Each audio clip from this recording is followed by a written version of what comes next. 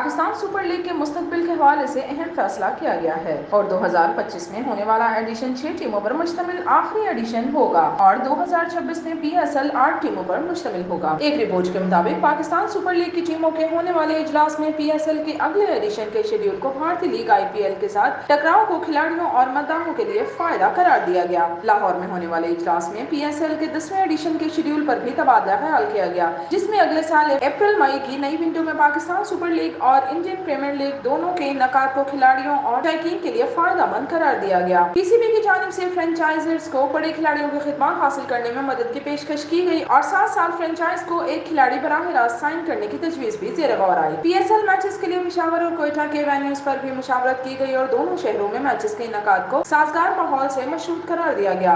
اجلاس میں فیصلہ کیا گیا کہ 2025 کا ایڈیشن 6 ٹیموں پر مشتمل PSL کا آخری سیزن ہوگا۔ اس حوالے سے بتایا گیا کہ 2026 میں مزید 2 نئی ٹیمیں لائی جائیں گی اور ایونٹ کا 11واں ایڈیشن 8 ٹیموں پر مشتمل ہوگا۔